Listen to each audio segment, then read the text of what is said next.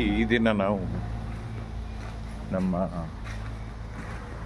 Drying yard ಕಣ ಅದರಲ್ಲಿ weed ಮ್ಯಾಟನ್ನು ಹಾಕ್ತಾಯಿದ್ವಿ. Weed mat ಯಾಕೆ ಹಾಕ್ತೀವಿ ಅಂದರೆ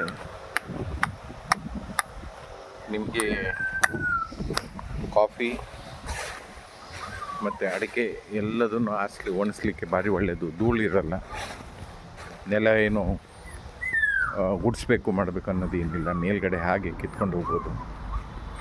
ಪ್ಲಸ್ ಏನಾಗುತ್ತೆ ಅಂತ ಹೇಳಿದರೆ ನಿಮಗೆ ವರ್ಷ ಕಣ ಕೆತ್ತೋದೊಂದು ನಿಲ್ಲುತ್ತೆ.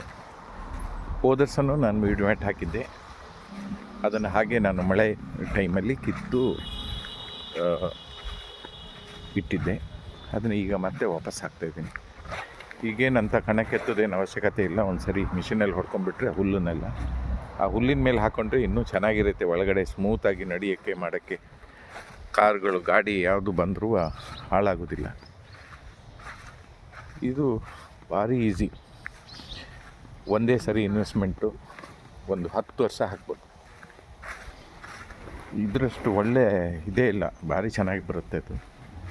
ಆಮೇಲೆ ಇದ್ರ ಮೇಲೆ ನಾನು ಕಾಫಿನೂ ಹರಡ್ತೀನಿ, ಆಮೇಲೆ ಅಡಿಕೆ ಹರಡ್ತೀವಿ, ಆಮೇಲೆ ಗದ್ದೆ ನಂದು ಕೊಯ್ಲು ಆದಮೇಲೆ ಇಲ್ಲಿಗೆ ತೊಗೊಂಬಂದು ಹಾಕಿಬಿಟ್ಟು ಗದ್ದೆನ ಟ್ರ್ಯಾಕ್ಟರ್ನಲ್ಲಿ ಹೊಡೆಸ್ಬಿಡ್ತೀನಿ. ವೀಡ್ ಮ್ಯಾಟ್ ಮೇಲೆ ಏನು ಪ್ರಾಬ್ಲಮ್ ಆಗೋದಿಲ್ಲ, ಏನು ಕಿತ್ತೋಗೋದಿಲ್ಲ, ಏನಿಲ್ಲ. ಆಮೇಲೆ ಈಸಿ, ಬೇಗ ಆಗಿಬಿಡುತ್ತೆ ಎಲ್ಲದೂ. ಗದ್ದೆ ತೊಗೊಂಬಂದ ಹಾಕಿದ ಗದ್ದೆ ಭತ್ತ ಮಾಡ್ಕೊಂಬಿಟ್ರೆ ಸರಿ. ಹಾಗಾಗಿ ಈ ಥರ ಮಾಡ್ತಾಯಿದ್ದೀವಿ.